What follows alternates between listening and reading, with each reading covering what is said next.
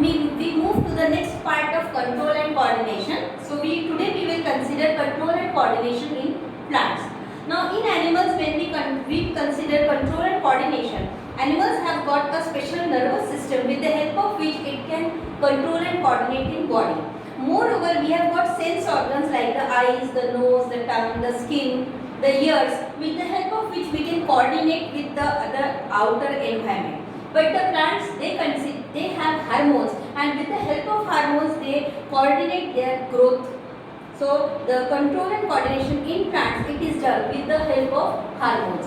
So plants have hormones, and these hormones, they are called phytohormones. Phyto means plants. So these plants hormones, they are called phytohormones. Now these phytohormones, these are chemical substances which are present in plants, and they respond to the stimuli. For example, heat, light, water, chemicals. So all these hormones, they are responding to the outer stimuli. So what are hormones? They are chemical substances which respond to the stimuli like heat, light, water and chemicals.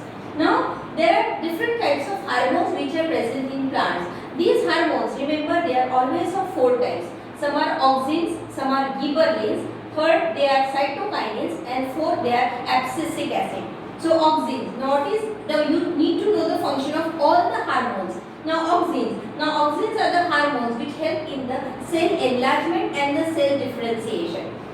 So cell enlargement and cell differentiation, it is done with the help of these auxins. They also help in the food growth, and they are always present at the tip of the shoots and the roots. So the tip of the stem, it is containing these auxins. They are always grow from away from light, and when this plant it grows towards light, the increase at the tip of the plant, there are these auxins, and therefore they help in the growth of the plant. So they are sensitive to light, therefore they are growing away from light. So this is how these auxins, because they are present at the tip of the stem, they help in the growth of the plant. Then the gibberellins, these gibberellins also, they have the same function. They work in the presence of these auxins, and they also help in the cell enlargement and the cell differentiation. These gibberellins, they break the dormancy of the seeds, means they help in the germination of the seeds, and so this is the function of the gibberellins. Then the cytokinins, as the name promotes, it tells us that it helps in cell division, and it also helps to delay the aging of the leaves. Otherwise, if the leaves are aged, naturally they will fall down. So they help in they delay in the aging of the leaves, and they break the dormancy of the seeds. Means again they are helping in the germination of the seeds and the buds. So, and they help in the opening of stomata. Means the leaves, you know that the leaves, they have got stomata, and with the help of the stomata, they are exchanging gases with the environment. So this opening of the stomata, the cytokinins are helping in the opening of this stomata. And abscisic acid, this is a growth inhibitor. Inhibitor means it is stopping the growth of the plant. It is not helping the growth of the plant. So this abscisic acid, remember, it is a growth inhibitor, and it promotes the dormancy in leaves, in seeds. Means it does not allow the germination of seeds. Therefore, it is promoting the dormancy in the seeds and the buds, and it is wilting the leaves, means the falling of leaves. It is because of this abscisic acid. So breaking means abscission. So therefore it is called what? Abscisic acid. So remember, in case of plants, there are how many hormones? 4. One is the auxins, second is the gibberellins, third is the cytokinins, and fourth is the abscisic acid. But these abscisic acid, they are growth inhibitors. They are not growth promoters. The other 3, they are what? They are growth promoters. Okay? Now, when these plants are growing, they are showing directional growth. Means the shoot will always flow towards the light, the root will always grow towards gravity, means away from light. So this is known as the directional growth of the plant. So this directional movement of plants, it is called as tropism. And this tropism, remember, it can be of how many types? 5 types. First, it is called phototropism. Photo means light, means when the shoot, it is growing towards light, it is responding towards light, then that tropism, it is called what? Phototropism. So phototropism means response to light. Okay, so means if you keep a plant like this, if the potted plant, you change the direction, so instead of that plant, it will naturally move, the shoot will move towards light, and the roots, they will go towards the gravity. means towards the ground. So this is geotropism. Geotropism means roots they are going towards gravity. Geo means the ground, the gravity. Okay, so geotropism means the roots are going towards gravity. Phototropism means they are moving towards light. Then third, chemotropism. Chemo means chemicals. Means when they are responding towards chemicals, that movement of the plant or part of the body, it is called what? Chemotropism. For example, the pollen grains. It is moving towards the ovule. During fertilization, you know that there is a development of a pollen tube, and that pollen tube it is moving towards the ovule. So there is a sugary substance which is secreted by the stigma. That is the carpel of the flower, and because of that sugary substance it is a chemical, and that chemical it is attracting that pollen grain, and therefore that pollen grain it is moving towards the ovule. Okay, so this is the stigma, this is the style, this is the ovary, this is the female part of the plant, and this pollen grain it is developing that pollen tube towards the ovule. This is happening because of what? Chemicals, means sugary substance which is given out by this stigma. So this is an example of what? Chemotropism. Chemotropism means that it is responding towards what? Chemicals. Therefore, it is called chemotropism. Okay. Then the fourth one is hydrotropism. Hydro means water. Means when the plant is moving towards water, it is called what? Hydrotropism. For example, if you keep a potted plant like this, okay, if you put water in a clay pot and you keep it near the plant, the roots it will move towards that water. So this is moving towards water, roots are going towards water. Therefore, this tropism it is called what? Hydrotropism. Hydro means water. Okay, so this is response to water.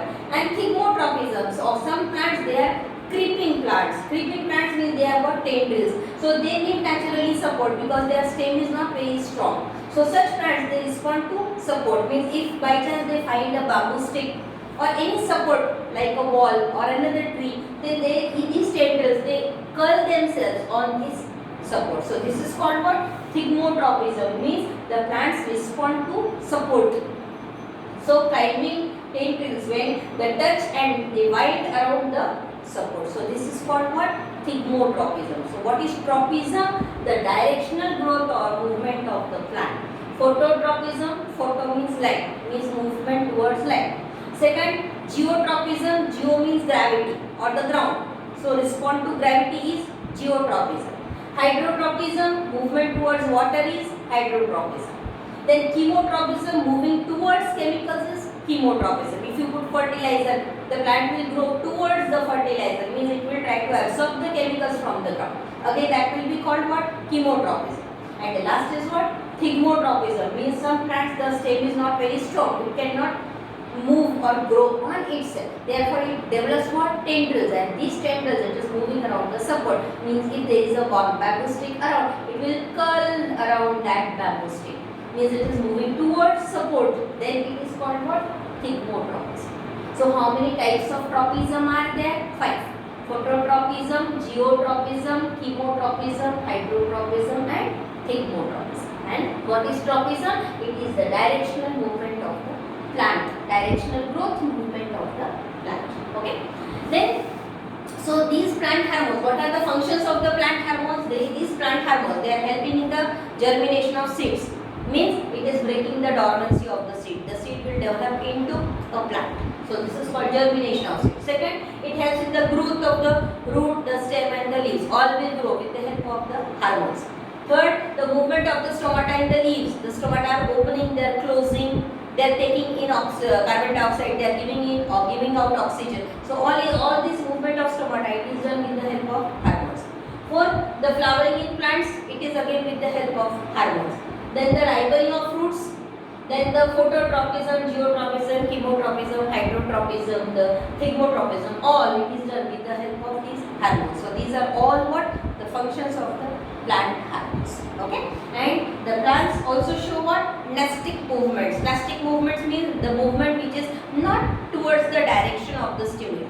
Okay, this is all towards the direction of stimuli. When it is for seeing light, it is coming towards light. Okay, so nastic movements means when the movements are not towards the stimuli. For example, if you touch Mimosa pudica, that is touch me not, or a chewing plant it is called. When you touch it, what happened? It leaves falls. Means the water is towards the leaves that is coming. It is falling down. So naturally the leaf it will fall down. Touch me not plant. There is loss of water in the base of the leaves. So this movement it is called what?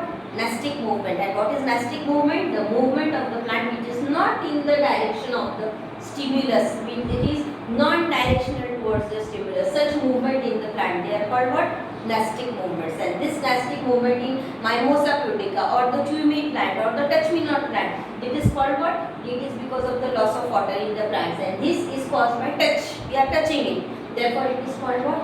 Thigmonasty. Okay. Then photonasty. What is photonasty? It means it is towards light.